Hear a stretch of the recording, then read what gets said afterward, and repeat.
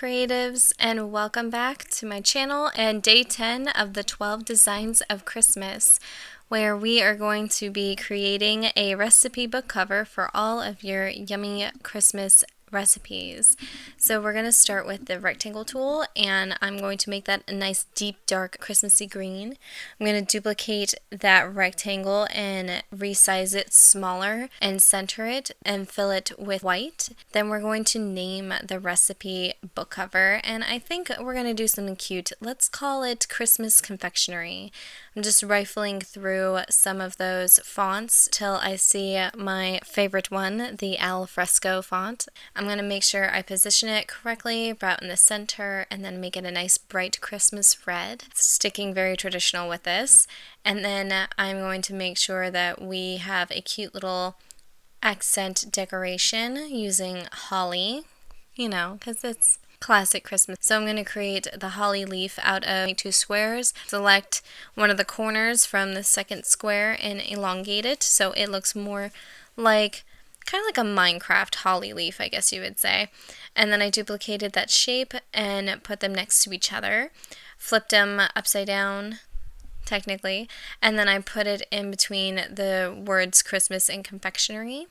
I then used the sphere shape tool to make the berries of the holly, just 3 little circles. And it's looking kind of flat, so I decided to apply a linear gradient on one of the holly leaves. I'm just picking up my colors. They're not blending too well, so I had to choose from the color guide, which is a really helpful tool. And it looks kind of like that. I'm going to duplicate that shape and pull it over into place. And let's see how that's looking. Let's go ahead and center that. Let's see how it looks underneath the words Christmas Confectionery. Let's decrease that tracking in between the words. Let's see that placement. I like that better. Let's go ahead and keep it this way. And then let's move on to make some of the things that you use in cooking or baking during Christmas. Let's make a cinnamon stick. I'm going to use the rectangle tool to make a long rectangle. I'm going to round out the corners using the white direct selection tool.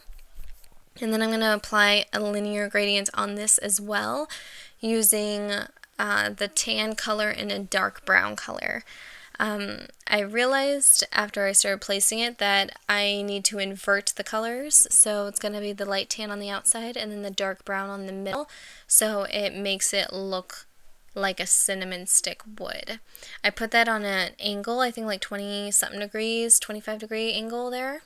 I duplicated that using Control C, Control F, and then I duplicated them again for the other side. This is looking pretty cute, but I think it needs a little bit more decoration on it. So what do you always use in baking? You use a wooden spoon. So I'm going to duplicate that cinnamon stick, fill it with just the base tan color that I used before. Use the sphere shape tool to make the little rounded end / head of the spoon.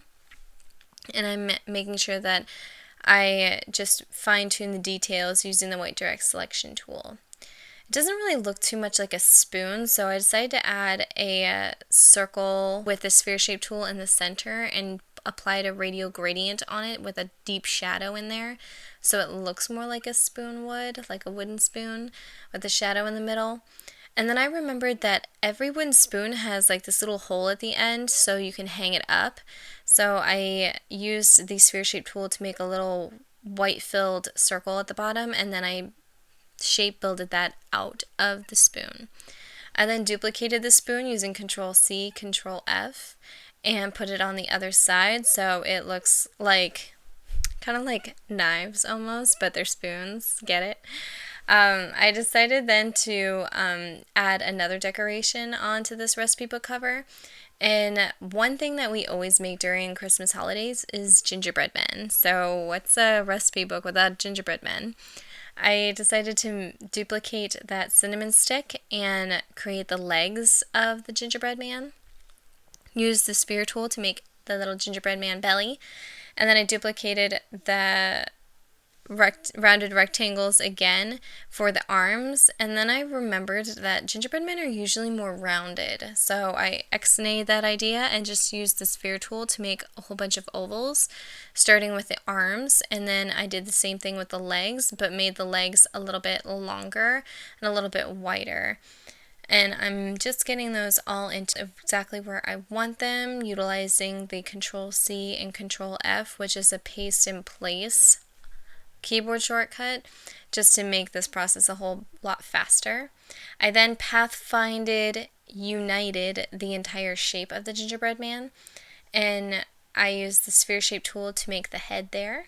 I'm going to use the white direct selection tool to fine tune the details of the points, duplicate the gingerbread man, and create the icing on top by using the fill color of white. Here's a little time lapse of me fine tuning all the details.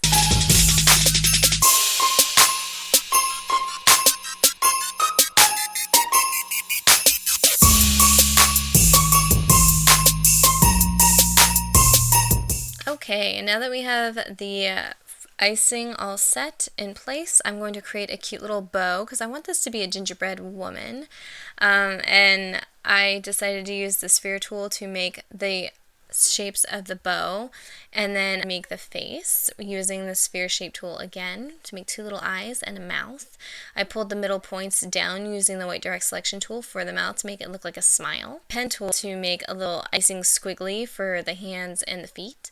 And I use Control-C, Control-F to duplicate those for all the appendages. I'm just making sure that tails are set. And then I decided to make the bow have a bit more dimension by adding another linear gradient. I'm liking the linear gradient today. And make the inner side of the bow towards the center darker and make the outer parts of the bow lighter with that bright red. And then I resized the little gingerbread woman and put her into place the way I want her to, because I want to make a little, kind of like a little pattern out of this. So I realized that she doesn't have a neck, or a defined neck, so I Control-C, Control-F the little squigglies that I did for the hand, and I pathfind united that to make it look like she has a cute little frilly shirt on. And I'm just making sure all the details are set the way I want them to be.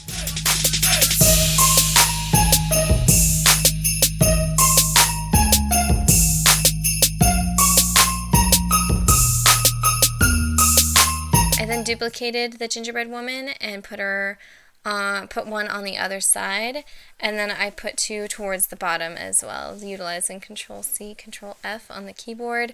And I took a step back to look at it and realized that that rectangle somehow moved at some point. It's a good idea to lock your layers. And then I thought that the pattern looked a little odd the way it was set up, so I just switched the gingerbread women and the cinnamon sticks on the right side of the book and swapped their placement. And it's looking pretty good, I think, so far, but I want to add a drop shadow behind the words Christmas Confectionery so it stands out more.